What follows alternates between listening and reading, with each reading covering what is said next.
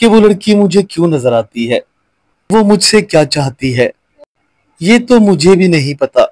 میں بس اتنا جانتا ہوں کہ وہ جب بھی میرے پاس آتی ہے تو میری آنکھیں خود بخود بند ہو جاتی ہیں اور میں یہ بھول جاتا ہوں کہ میں کہاں ہوں اور میرے ساتھ کیا ہوا۔ بس پھر اس کے بعد میری طبیعت خراب ہو جاتی ہے، میں کئی کئی دنوں تک معاف رہتا ہوں اور میرا پورا جسم بھی نڈھال رہتا ہے۔ اتنا کہہ کر میرے شوہر نے اپنا سر پکڑ لیا اور میں انہیں تسلی دینے لگی۔ میرے میاں نے اپنی زندگی سے جڑا یہ راز آخر کار میرے سامنے افشا کر دیا، لیکن شاید یہ راز کھلنے کے بعد وہ غیر انسانی مخلوق بھی نڈر ہو گئی۔ اب تو اس کی آواز مجھے بھی سنائی دینے لگی تھی۔ اکثر راتوں کو مجھے اس کی آواز سنائی دیتی، محسن، محسن میرے پاس آ جاؤ، دیکھو نا میں کب سے تمہارا انتظار کر رہی ہوں۔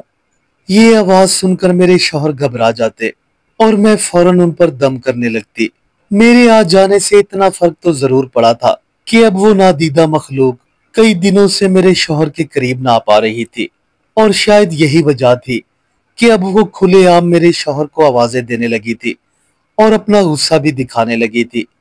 ارے او کتیا، تو کیا سمجھتی ہے کہ تو محسن کو مجھ سے چھین لے گی؟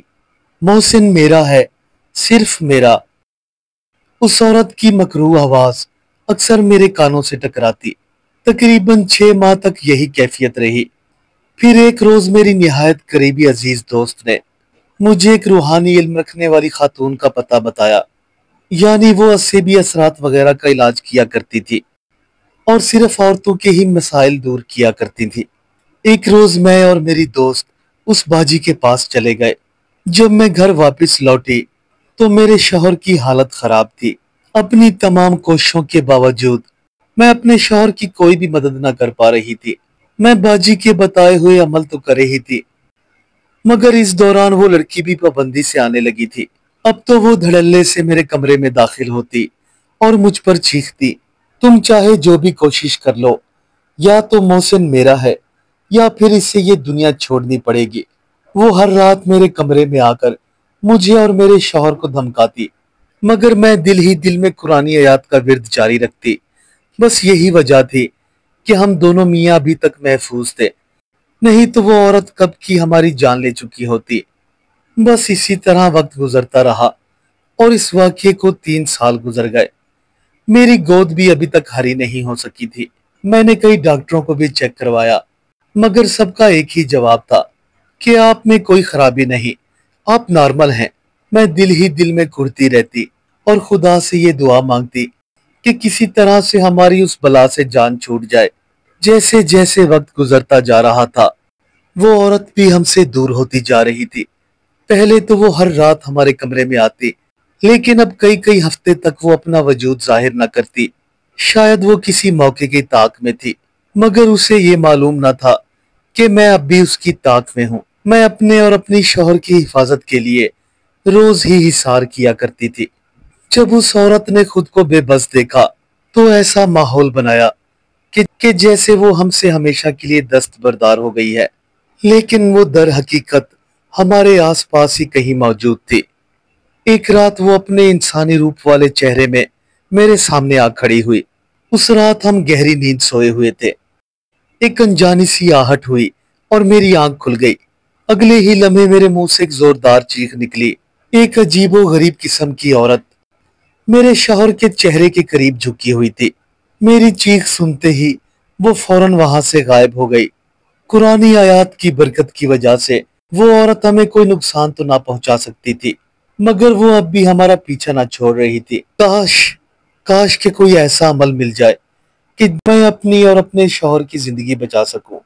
اب میں نے بھی دل ہی دل میں اس عورت کو اپنی ایک سوکن کے طور پر قبول کر لیا تھا۔ ہمارے نہ چاہتے ہوئے بھی وہ ہم پر حاوی تھی۔ پھر ایک روز میری ساس نے مجھے ایک لیڈی ڈاکٹر کا بتایا جو ڈاکٹری کے ساتھ ساتھ روحانی علاج بھی کیا کرتی تھی، کیونکہ ان کے دل میں بھی شدید خواہش تھی کہ وہ بھی اپنے پوتے اور پوتیوں سے کھیلیں۔ اتفاقاً جس دن ہمیں اس ڈاکٹر کے پاس جانا تھا تو اچانک میری ساس باتھ روم میں گر گئی اور انہیں شدید چوٹ آئی۔ بس پھر کیا تھا،